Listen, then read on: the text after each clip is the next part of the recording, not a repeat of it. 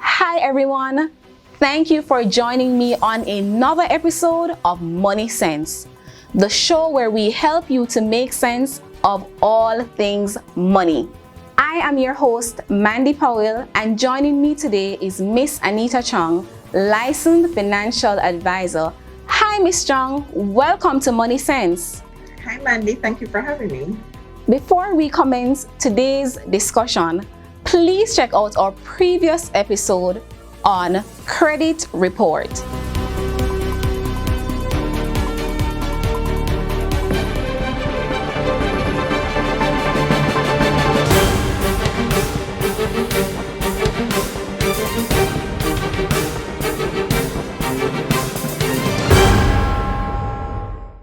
So Anita, can you tell me what insurance is and the importance of having it? Sure.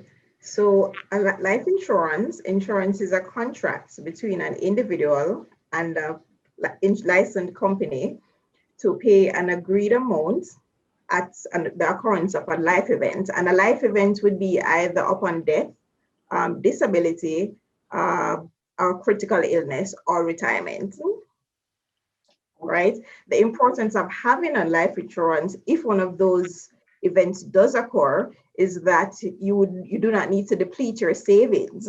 For example, let's say you have a family that has a breadwinner, somebody that is responsible for either the children or maybe responsible for his parents, or he has a responsibility to his family. If something were to happen to that breadwinner, what would happen to the income of that household? The life insurance would come in and ensure that they are taken care of. Because what we have to realize, Mandy, is that when this person's income is no longer, the person is not going to be, the person that has not passed for just a year or two, they're gone forever, and so is their income. And if you have a family that is dependent on that was dependent on that income, know what you have is either a no income household or a household with just one income.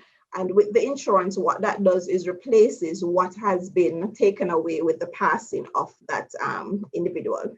If it is, say, a situation where it is a critical illness, of course, these things happen. They're never planned and they never happen at a time when it is always an inopportune moment. So let's say, for argument's sake, Mandy, you were doing your investment and doing your savings for college or for your children's education or some other event, and God forbid something happens and you get your terminally diagnosed with a terminal illness. What you don't want to have to do is to then dip into the funds that you were saving or investing to treat yourself. And what typically happens is that it's not the illness that really stresses out and shorten the lifespan of the individual, but really the stress of not knowing where the money is going to come from to treat yourself. So that's the importance of having, some of the reasons of having the importance of having a life insurance. I noted you preempted my next question, which is to tell me the different types of insurance by mentioning life insurance. Now, besides life insurance, what are the other types of insurance you have? Okay, so just to clarify, the different types of insurance are term insurance and permanent insurance. So you have insurance that lasts for a specific period of time, let's say 20 years or 25 years, and then you have permanent insurance, which takes you until however long you're alive for, right? Under those, we then have different plans that we refer to as life insurance, critical illness, or medical and non-medical insurance. Okay, so and of course you have your health, which we refer to your health card. We have that as well. Okay, so basically insurance is split into two. So you have short term and you have long term. So when we talk about life insurance and permanent. So when we speak about life insurance, that's actually a plan that we have. Right. Okay. Similar to how you would have your different types of the different investment types. So as an individual, how do I know which insurance policy is actually best for me, or insurance plan is best for me? The insurance that is best for you is really what covers the need that you have. So you and I may go for life insurance, but what your need is going to be different from mine, right?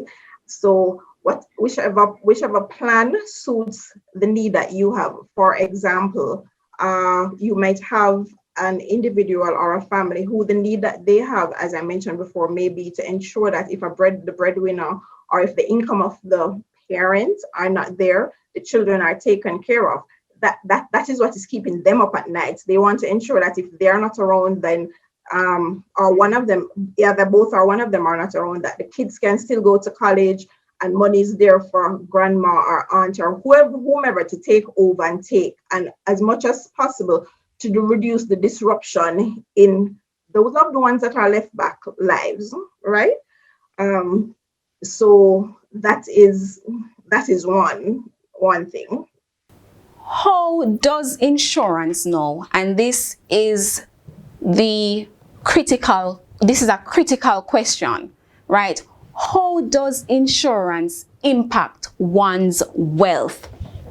All right, so I'm going to give you two examples of how insurance impacts your wealth. So you may have a situation where a person or persons may have assets, say a home or a business or land, and those assets are valued at say 50 million. With the stroke of a pen, you can, by taking out some life insurance, some life insurance, your estate is now valued at whatever those property plus your business is valued plus your, so say if that was valued say 50 or 60 million, you have bought $20 million worth of life insurance, your estate is now valued $70 million. If it were the case of a young person who have not yet accumulated, any like a home or any land or anything like that, again, with the stroke of a pen, they have purchased, say, 20 or 25 million. They're now valued at $25 million. They have now started to build their financial portfolio, and that's now what they're valued. Another way is, as I mentioned before, I just wanted to point that out again, is if, for say one of the life events should happen, you should get critically ill or so on, you don't have to go into your savings. You don't have to dip into. I find that is something that is very prevalent in our culture, where we keep starting from scratch, where you're saving and you're saving and investing and you're putting aside funds for college or whatever the situation may be, and then something unexpected happen. A family member passes or somebody gets ill, and then all of us have to dip into our investments or our savings to help out, because that as our culture is that everybody, you're going to rally round, as the saying goes. So we are going to go in, and then what happens is that we have to start over again from scratch, start saving again. If you have some insurance in place, that doesn't need to happen, because if something happens, that is something unexpected happens, the life insurance will take care of that, and then you can carry on with your savings and investment to achieve whatever the goal was designed for that money as planned. But in the meantime, you're still contributing to the welfare of the family or your family or the family member that is in need, because the insurance is there to take care of that. I'm sure one of my viewers is asking, boy, I would want to take out an insurance policy, but I don't have the money. I have to pay my loan and I have to save X amount of money.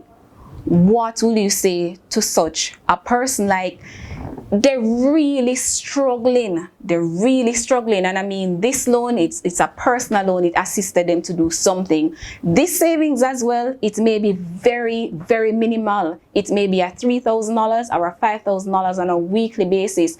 And this is not any long-term savings. This is short-term. So if they book their foot the next week or they don't have a bus fare, that is the money that they're going to rally back on. So what will you say to these persons again? Because I say insurance, I mean, in the past, insurance was not something that a lot of, I'm in Jamaica, so I say Jamaica, Jamaicans gravitate towards. But insurance is very crucial, as you have mentioned before, as it relates to having and maintaining wealth. So what would you say to such a person to go and take out an insurance plan? Okay, that's a very good one.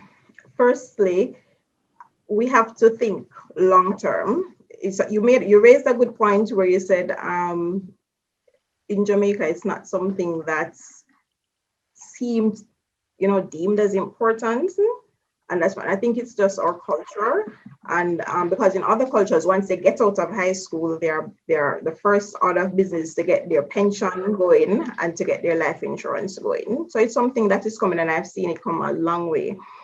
um you gave an example in your statement where you said the person is saving and buck the foot, the money can't find.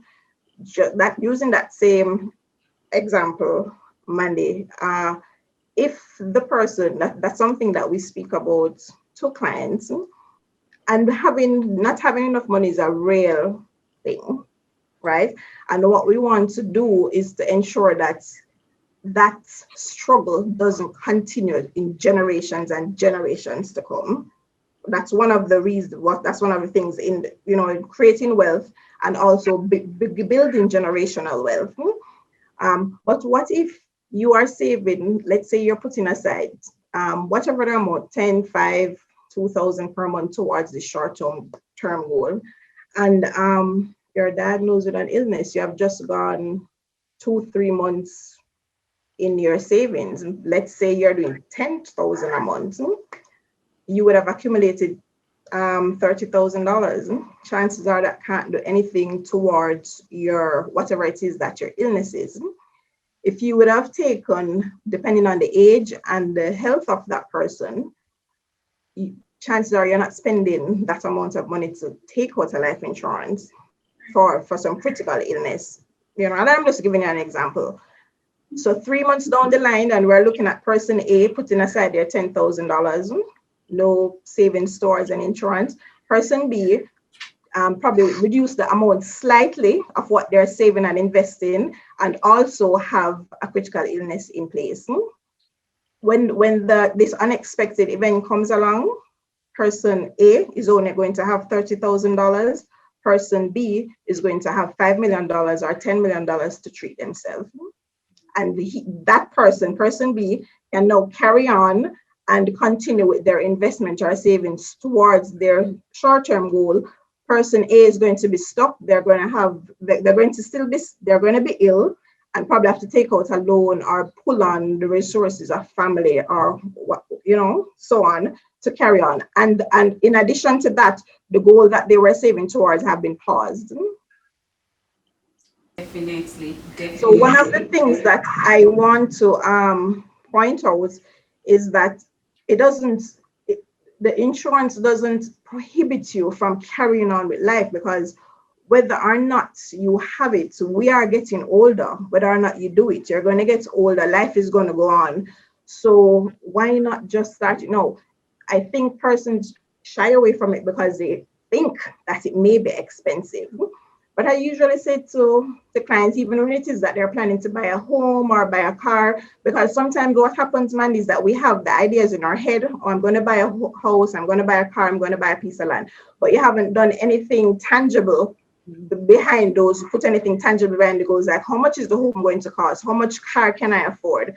Or how much land can I buy? In terms of, you haven't contacted, say, a Kris and Charles to find out what my credit report is like, or things like that, to know exactly what you're working towards. Because if you don't have an end goal in mind, you don't know where you're going. So it's a similar thing within the insurance industry. Persons may think that this is expensive, so they just shy away from it. But all it really needs is a discussion with a licensed advisor to figure out, can it really fit into my budget or not. Thank you, Anita. Now, here are some tips on how insurance impacts your wealth.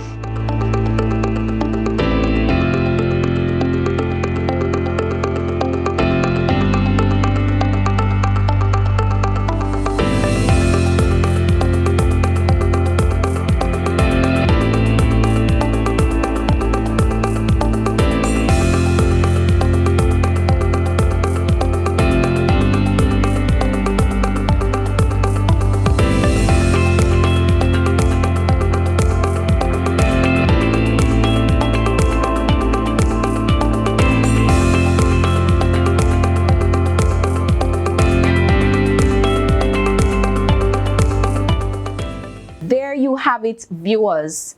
Miss Anita Chang has given us tangible, has shown us practical ways in which insurance really benefits us at the end of the day. Also, if you look at it, insurance is not just a short-term thing, right? It's also long-term. So today you may not be ill, but you definitely don't know what lies ahead tomorrow. So please ensure that you share this episode with your friends and with other family members so they too can benefit and also share in the wealth. Thank you again, Anita. It was my pleasure having you on Moneysense. Thank you, Mandy. It was a pleasure being here. There you have it, viewers. Another episode in Moneysense where financial expert Anita shared with us how important it is to have insurance, because without an insurance, our wealth can be reduced to absolutely nothing. So please join us in our next episode where we will talk about financial health and knowing where you stand. That promises to be an exciting discussion, so please do not miss out. Until next time, I am Mandy Powell. Remember, your health impacts your wealth, so stay financially healthy.